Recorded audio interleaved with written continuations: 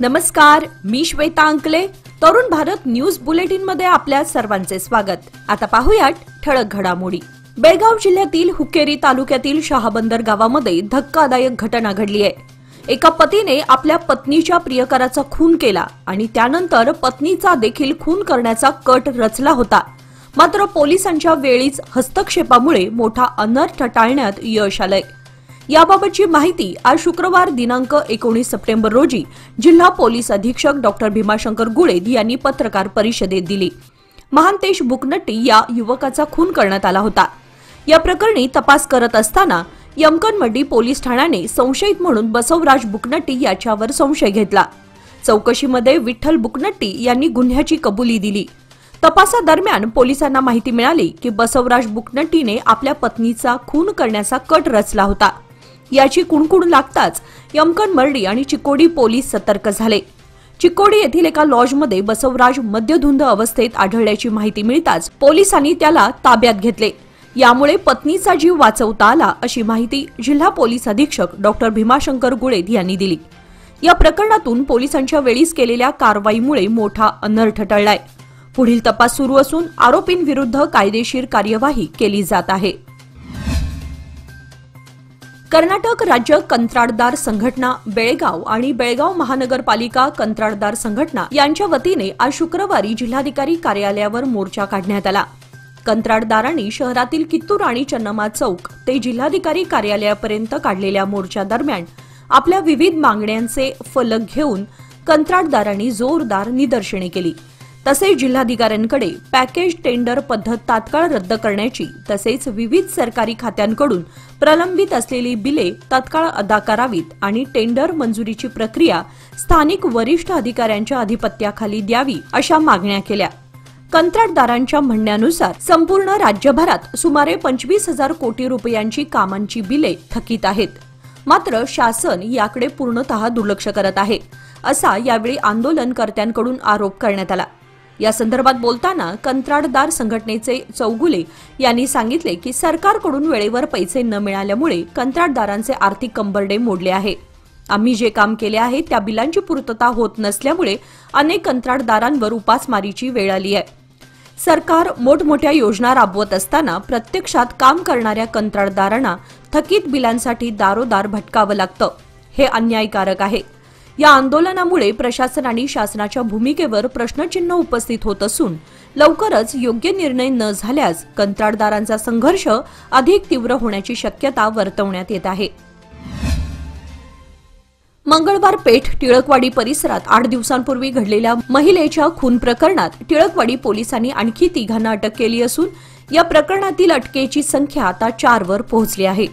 ही कारवाई खडेबाजार विभागाचे ACP Shekharappa H यांच्या मार्गदर्शनाखाली टिळकवाडी पोलीस ठाण्याचे निरीक्षक परशुराम पुजारी व त्यांच्या सहकाऱ्यांनी केली आहे. हत्या प्रकरणाचा तपशील म्हणजे दिनांक 10 सप्टेंबर रोजी बुधवारी सकाळच्या सुमारास गीता रणजित दावले उर्फ गवळी वय 45 राहणार गवळी गल्ली मंगळवार पेठ टिळकवाडी या महिलेचा धारदार शस्त्राने वार करून भीषण खून करण्यात आला होता. घटनेनंतर त्याच दिवशी गीताचा दीर गणेश लक्ष्मण दावले उर्फ गवळी वय 60 याला पोलिसांनी अटक केली होती. या हत्येच्या निषेधार्थ नागरिकांनी न्यायाच्या मागणीसाठी आंदोलनही छेडलं होतं. पत्नी आणि 2 मुलांना अटक करत पोलिसांच्या पुढील तपासात खुनाशी संबंधित आणखी धागेदोरे समोर आलेत. त्यानुसार गणेश दावलेची पत्नी सविता गणेश दावले उर्फ गवळी वय 48 आणि त्याची 2 मुले यश वय 25 आणि आदित्य वय 20 यांना काल गुरुवार दिनांक 18 सप्टेंबर रोजी अटक करण्यात आली आहे. अटक केलेल्या 3 त्याच दिवशी न्यायालयासमोर हजर करण्यात आलं असून पोलिसांच्या प्राथमिक तपासानुसार खुनाच्या आदल्या दिवशी हे सर्वजण परगावी गेले होते. मात्र त्यांना खुनाची पूर्वकल्पना किंवा माहिती होती अशी माहिती समोर आली आहे. कर्नाटक राज्यात 22 सप्टेंबरपासून सुरू होणाऱ्या जातनिहाय जनगणनेच्या पार्श्वभूमीवर मराठा समाजात जनजागृती मोहीम राबवली जात आहे.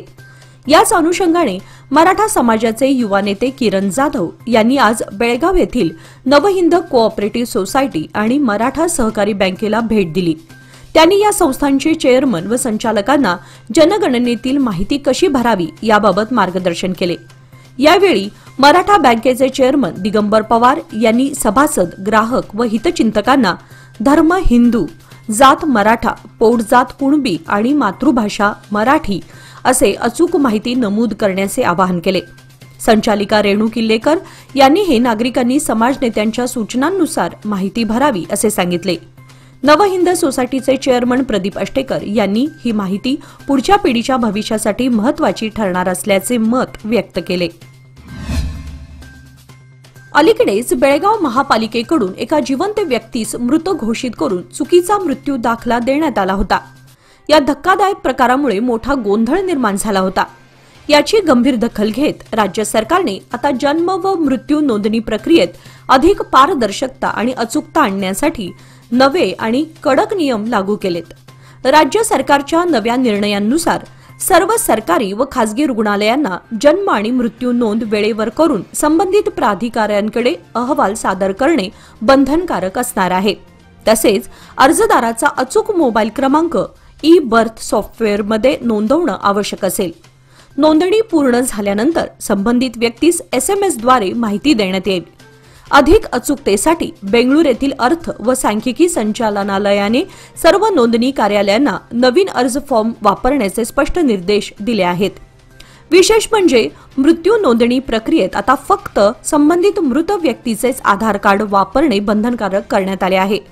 यापूर्वी नातेवाईकांचे आधार क्रमांक वापरले जात असल्याने अनेक प्रकरणात जिवंत व्यक्तींना मृत घोषित केले जात होते। मुख्य जन्म मृत्यू नोंदणी अधिकाऱ्यांनी स्पष्ट केले की या नव्या नियमांमुळे जबाबदारी निश्चित होणार असून नागरिकांना अनावश्यक त्रास आणि चुकीच्या नोंदींपासून संरक्षण मिळणार आहे। बेळगाव शहरामध्ये कायदा आणि सुव्यवस्था अधिक प्रभावीपणे राखण्यासाठी आता ईगल आय ड्रोन तैनात करण्यात आले आहेत। अत्याधुनिक तंत्रज्ञानाने सुसज्ज असलेल्या या ड्रोन कॅमेऱ्याच्या माध्यमातून शहरावर आकाशातून नजर ठेवली जाणार आहे। आज जिल्हा पोलीस अधीक्षक डॉक्टर भीमाशंकर गुळेद यांच्या उपस्थितीत जिल्हा पोलीस मुख्यालयाच्या परिसरात या ड्रोनचे प्रात्यक्षिक दाखवण्यात आले। यावेळी वरिष्ठ पोलीस अधिकारी आणि कर्मचारी उपस्थित होते। हा ड्रोन मुख्यतः मोठ्या गर्दीच्या ठिकाणी, मोर्चांदरम्यान, वाहतूक कोंडीच्या भागात तसेच संवेदनशील परिसरांवर लक्ष ठेवण्यासाठी वापरण्यात येणार आहे। या नव्या यंत्रणेच्या सहाय्याने पोलिसांना गुन्हे रोखणे, गर्दीचे प्रभावी व्यवस्थापन आणि त्वरित कारवाई करण्यात मोठी मदत मिळणार आहे। सणासुदीचा हंगाम सुरू झाल्यानं बेळगावातील बाजारपेठा सजू लागल्या आहेत आणि खरेदीसाठी ग्राहकांची झुंबड उडत आहे। याच पार्श्वभूमीवर बेळगावमधील नामांकित आणि विश्वासार्ह होलसेल वस्त्र विक्रेते सुनील टेक्सटाईल्स तर्फे घाऊक विक्रेत्यांकरिता तसेच घरगुती व्यवसाय करणाऱ्या दुकानदारांसाठी खास सवलत योजना स्कीम धमाका जाहीर करण्यात आली आहे। सदर योजना 19 सप्टेंबर ते 29 सप्टेंबर 2025 पर्यंत लागू असून ठराविक खरेदी रकमेवर आकर्षक क्रेडिट नोट्स देण्यात येणार आहेत। ग्राहकांना अधिकाधिक फायदा मिळावा हा या योजनेचा मुख्य उद्देश आहे। ही योजना केवळ साड्यांपुरती मर्यादित नसून यामध्ये प्रथमच ड्रेस मटेरियल, डिझायनर कुर्ती तसेच लेडीज आणि जेंट्स रेडीमेड कपड्यांचा समावेश करण्यात आलाय। सुरत, वाराणसी, जयपूर, बेंगलोर, अहमदाबाद, मालेगाव, पानिपत, इलकल आणि सालेम यासारख्या भागातील साड्या आणि डिझायनर कपड्यांचे दर्जेदार वस्त्रदालन येथे उपलब्ध करून देण्यात आले आहे। होलसेल विक्रेत्यांनी सुनील टेक्सटाईलच्या या स्कीम धमाका योजनेचा लाभ घ्यावा असे कळवण्यात आले आहे। जात व शैक्षणिक आधारे होणाऱ्या जनगणनेच्या पार्श्वभूमीवर मराठा समाजाची एक महत्त्वपूर्ण बैठक जतीमठ येथे पार पडली। कर्नाटक राज्यामध्ये 22 सप्टेंबरपासून सुरू होणाऱ्या जाती वर्गवारी जनगणनेत मराठा समाजाची नोंद नीट आणि योग्य प्रकारे व्हावी यासाठी जनजागृती करण्याचे नियोजन या बैठकीत करण्यात आले। या बैठकीच्या अध्यक्षस्थानी मराठा समाज सुधारणा मंडळाचे अध्यक्ष प्रकाश मरगाळे होते। मार्गदर्शन करताना सांगण्यात आले की जनगणना फॉर्ममधील अनुक्रमांक 8, 9, 10 व 15 वर धर्म हिंदू, जात मराठा, पोटजात कुणबी आणि मातृभाषा मराठी असा स्पष्ट उल्लेख करावा। मराठा समाजाला आरक्षण, शैक्षणिक व शासकीय लाभ मिळवून देण्यासाठी कुणबी नोंद आवश्यक असल्याचे मरगाळे यांनी स्पष्ट केले। रमाकांत कोंडुस्कर यांनी युवकांनी पुढाकार घेऊन महिलांमध्येही जनजागृती करावी असे आवाहन केले। यावेळी उपस्थितांनी समाज हितासाठी सामूहिक प्रयत्न करण्याचा निर्धार व्यक्त केला। दरम्यान 21 सप्टेंबर रोजी सायंकाळी 5 वाजता बेळगावच्या मराठा मंदिरात होणाऱ्या भव्य मेळाव्यास समाज बांधवांनी उपस्थित राहावे असे आवाहनही करण्यात आले.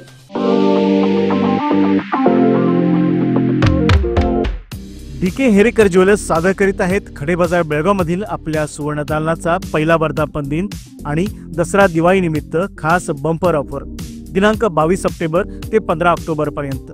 सोने चांदी खरेदी करा, मिळवा कुपन्स आणि जिंका नामांकित कंपनीची 2 व्हीलर स्कूटर, 55 इंची, 43 इंची, 32 इंची स्मार्ट टीव्ही, 300 लिटरचा fridge, washing machine, tab, oven, fan, mixer, इस्त्री आणि बरंच काही.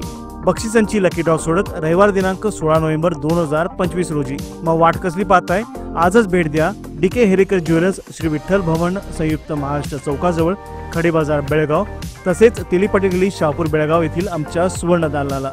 नियम व अटी लागू. 3 दशके विश्वासाची, 30 वर्षे लोकमान्याची. सादर आहे लोकमान्य आनंदोत्सव निवेश योजना. 30 महिन्यांच्या ठेवीवर 10.50% व्याज. ज्येष्ठ नागरिकांसाठी 0.5% अधिक माहितीसाठी आमच्या नजीकच्या शाखेला भेट द्या किंवा कॉल करा 180021245050. लोकमान्य, प्रत्येक पावलावर तुमच्या सोबत. फक्त सभासदांकरिता. नियम व अटी लागू. बेळगावातील Maratha light infantry regimental centre येथील 168/26 कर्नाटक बटालियन NCC युनिटचे उद्घाटन आज शुक्रवारी ब्रिगेडियर जॉयदीप मुखर्जी यांच्या हस्ते पार पडले. मुख्याध्यापिका रुपिंदर कौर चहल यांच्या मार्गदर्शनाखाली विद्यार्थ्यांनी देशभक्तीपर सांस्कृतिक कार्यक्रम सादर केला. यंदाच्या पहिल्या वर्षी 50 विद्यार्थी स्वयंस्फूर्तीने NCC युनिटमध्ये सहभागी झाले आहेत. उद्घाटन प्रसंगी ब्रिगेडियर जॉयदीप मुखर्जी यांनी विद्यार्थ्यांना शिस्त, समर्पण आणि राष्ट्रसेवेचे मूल्य जपण्याचे आवाहन केले. त्यांनी NCCच्या माध्यमातून नेतृत्व गुण, चारित्र्य निर्माण आणि सामाजिक बांधिलकी वाढते असे स्पष्ट केले. या समारंभाला NCC ग्रुप मुख्यालयाचे कर्नल मोहन नाईक, 26 कर्नाटक बटालियनचे कर्नल सुनील डागर आणि APSचे staff officer lieutenant colonel Arun Mathew हे मान्यवर उपस्थित होते. बेळगाव शहरातील चन्नम्मानगर येथील उद्यानामध्ये सर्व लोक सेवा फाउंडेशनचे संस्थापक अध्यक्ष वीरेश बसय्या हिरेमठ यांनी एक सामाजिक आणि सांस्कृतिक दृष्ट्या संवेदनशील उपक्रम राबवला. हिंदू धर्मातील देवतांचे घराबाहेर फेकलेले जुने फोटो संकलित करून त्यांनी त्या ठिकाणी बिल्वपत्र वृक्षाची लागवड केली आहे. चन्नम्मा नगरातील काही ज्येष्ठ नागरिकांनी वीरेश हिरेमठ यांच्याशी संपर्क साधून आपल्या घराच्या परिसरात देवतांचे फोटो पडले आहेत, कृपया त्यांची योग्य व्यवस्था करा अशी विनंती केली होती. त्यानुसार हिरेमठ यांनी तातडीने घटनास्थळी जाऊन सर्व फेकलेले फोटो संकलित केले. यावेळी त्यांनी सांगितले की जुने झाले म्हणून देवांचे फोटो झाडाखाली, कचऱ्यात किंवा सार्वजनिक ठिकाणी टाकणं ही अपवित्रता आहे. आपली संस्कृती देवतांच्या प्रतिमांनाही सजीवत्व मानते, त्यामुळे त्यांचे विधीपूर्वक विसर्जन होणे आवश्यक आहे असा महत्त्वाचा संदेश त्यांनी दिला. या उपक्रमात महावीर परमाज, महावीर पाटील, SM खानगौडर, PG अप्पूगोळ यांच्यासह इतर नागरिकही सहभागी झाले होते. राज्यातील विविध कारागृहांमध्ये कैद्यांकडून मोबाईल फोनचा वाढता वापर आणि कारागृह प्रशासनाच्या नियंत्रणातील अपयश लक्षात घेता आता बेळगावच्या हिंडलगा कारागृहासह राज्यातील प्रमुख कारागृहांमध्ये अत्याधुनिक मोबाईल जॅमर बसवण्याचा निर्णय राज्य सरकारने घेतला आहे. या संदर्भातील महत्त्वाचा निर्णय काल गुरुवारी राज्य मंत्रिमंडळाच्या बैठकीत घेण्यात आला. बैठकीनंतर कायदा आणि न्यायमंत्री HK पाटील यांनी याबाबत माहिती दिली. बेळगाव, बळ्ळारी, विजापूर, धारवाड, शिमोगा, म्हैसूर, गुलबर्गा आणि तुमकुर येथील जिल्हा व मध्यवर्ती कारागृहांमध्ये एकूण 16,75,00,000 रुपये खर्चून 10 अत्याधुनिक जॅमर बसवण्यात येणार असल्याचे त्यांनी सांगितले. मंत्रिमंडळाने या प्रस्तावाला प्रशासकीय मान्यता दिली आहे. मोबाईलद्वारे बाहेरील गुन्हेगारी टोळ्यांशी संपर्क, खंडणी, धमक्या व इतर बेकायदेशीर कृत्ये सुरू असल्याच्या तक्रारी नोंदल्या गेल्या होत्या. या पार्श्वभूमीवर सुरक्षा व्यवस्था अधिक कडक करण्यासाठी जॅमर बसवण्याचा निर्णय महत्त्वपूर्ण मानला जातोय. खानापूर तालुक्यातील सर्व सरकारी मराठी शाळांमधील विद्यार्थ्यांना शैक्षणिक साहित्य वाटपाचा उपक्रम महाराष्ट्र एकीकरण युवा समितीने राबवला. या उपक्रमामुळे मराठी शाळांमध्ये विद्यार्थ्यांची संख्या वाढण्यास मदत होईल असा विश्वास तालुका समितीचे सरचिटणीस आबासाहेब दळवी यांनी व्यक्त केला. शैक्षणिक वर्षाच्या सुरुवातीपासून या उपक्रमाला प्रारंभ झाला असून गुरुवारी नागुर्डा, निलावडे व मनतुर्गा येथील शाळांमध्ये साहित्य वितरित करण्यात आले. दळवी यांनी विद्यार्थ्यांना मार्गदर्शन करताना शाळांमध्ये विद्यार्थ्यांची संख्या मोठी असून त्यांना प्रोत्साहनाची गरज असल्याचे सांगितले. गेल्या 8 वर्षांपासून ही समिती शैक्षणिक मदतीचे कार्य सातत्याने करत आहे.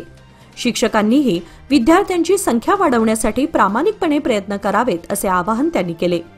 युवा नेते अभिजित सरदेसाई यांनी दुर्गम भागातील शाळांमध्ये शिक्षण घेणाऱ्या विद्यार्थ्यांसाठी शासकीय सुविधा पुरवण्याची आवश्यकता असल्याचे नमूद केले. मराठी माध्यमातील विद्यार्थी विविध क्षेत्रात यशस्वी होत असून भविष्यातही त्यांनी प्रगती करावी यासाठी युवा समितीने कार्य सुरू ठेवावे असे मत तालुका समितीने व्यक्त केले. निपाणी शहरातील मुरगुड रोडवरील देवचंद कॉलेज परिसरात रस्त्यावरील स्ट्रीट लाईट बंद असल्यामुळे नागरिकांचे हाल होत आहेत. अंधारामुळे अपघातांची संख्या वाढत असून सुरक्षिततेचा गंभीर प्रश्न निर्माण झालाय. समाधी मठ ते देवचंद कॉलेज पर्यंत सुमारे लाखो रुपये खर्चून अंदाजे 210 स्ट्रीट लाईट व रंगीत दिवे बसवण्यात आले होते. मात्र सध्या यापैकी सुमारे 90% लाईट बंद असल्याची माहिती समोर आली आहे. त्यामुळे रात्रीच्या वेळेस संपूर्ण रस्ता अंधारात गडप होतो. या रस्त्यावर वाहतूक मोठ्या प्रमाणात असते. अंधारामुळे वाहन चालकांना अडचणींना सामोरं जावं लागतं.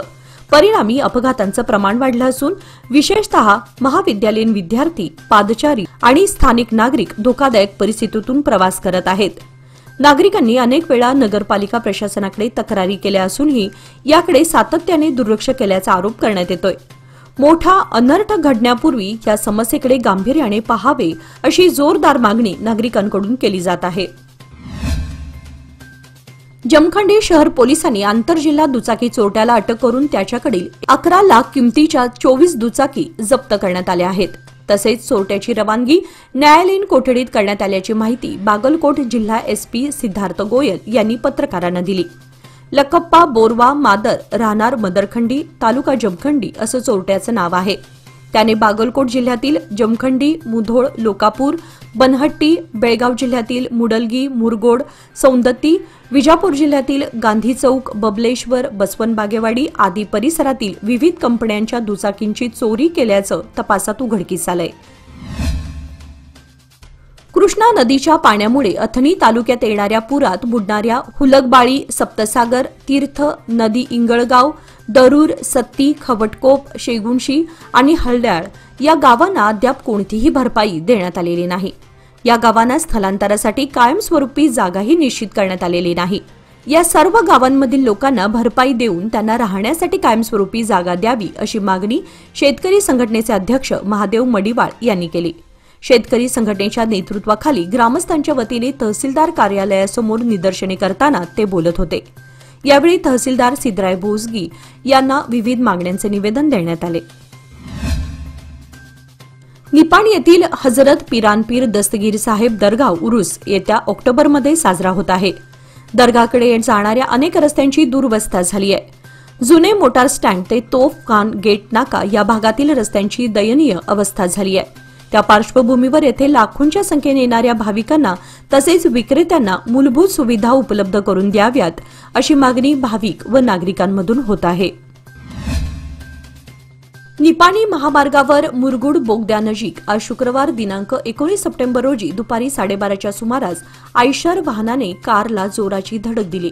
या अपघातात कारच्या पुढील भागाचं मोठ्या प्रमाणावर नुकसान झालं असलं तरी सुदैवाने कोणतीही जीवितहानी झाली नाही. घटनास्थळावरून मिळालेल्या प्राथमिक माहितीनुसार संबंधित कार ही गडहिंग्लजहून कोल्हापूरच्या दिशेने महामार्गावरील सेवा रस्त्याने जात होती. दरम्यान निपाणीकडून मुरगुडच्या दिशेने भरधाव वेगात येणाऱ्या आयशरवरील चालकाचं वाहनावरून नियंत्रण सुटलं आणि आयशरने कारच्या पुढच्या भागाला जोरात धडक दिली. अपघाताची माहिती मिळताच निपाणी शहर पोलीस घटनास्थळी दाखल झाले. त्यांनी पंचनामा करत परिस्थितीचा आढावा घेतला. या प्रकरणाचा पुढील तपास निपाणी शहर पोलीस ठाण्याचे उपनिरीक्षक शिवानंद कारजोळ करत आहेत. खानापूर तालुक्यातील माणिकवाडी येथील एका हॉटेलमध्ये चोरी केल्याच्या आरोपावरून झालेल्या वेंकप्पा या युवकाच्या हत्येच्या प्रकरणात पोलीस तपास दिशाभूल करणारा असल्याचा आरोप करत खानापूर तालुक्यातील ग्रामस्थांनी तीव्र आंदोलन छेडलं. यानंतर ग्रामस्थांनी जिल्हा पोलीस उपअधीक्षक श्रुती NS यांना निवेदन सादर करत दोषींवर कठोर कारवाई करण्याची मागणी केली. 16 ऑगस्ट रोजी खानापूरमधील एका खासगी हॉटेलमध्ये चोरी झाल्याचा आरोप वेंकप्पा याच्यावर करण्यात आला. यानंतर हॉटेल मालक व त्याच्या भावाने त्याला एका खोलीत डांबून बेदम मारहाण केली, ज्यामुळे वेंकप्पाचा मृत्यू झाला. ही घटना थरकाप उडवणारी असूनही पोलीस प्रशासन या प्रकरणात जाणून बुजून विलंब करत असल्याचा आरोप ग्रामस्थांनी केलाय। गावकऱ्यांनी पोलिसांच्या कार्यपद्धतीवर नाराजी व्यक्त करत खून झाल्यावरही व्यंकप्पाला न्याय मिळत नाही आणि आरोपी मोकाट फिरत आहेत अशी तीव्र प्रतिक्रिया दिली। त्यांनी तपास अधिक गतीने आणि निष्पक्ष करण्याची जोरदार मागणी केली। या आंदोलनामुळे प्रकरणात नव्याने हालचाली होण्याची शक्यता असून पोलीस प्रशासनावर दबाव वाढलाय। ग्रामस्थांनी पुन्हा एकदा स्पष्ट केलं की दोषींना शिक्षा न झाल्यास आंदोलन अधिक तीव्र केलं जाईल। याचबरोबर आजचे बातमीपत्र इथे संपले। अधिक माहिती आणि ताज्या घडामोडींसाठी पाहत रहा तरुण भारत न्यूज चॅनल। तसेच आमच्या चॅनलला लाईक, शेअर आणि सबस्क्राईब करायला विसरू नका आणि विश्वासार्ह बातम्यांसाठी दररोज वाचा दैनिक तरुण भारत। धन्यवाद।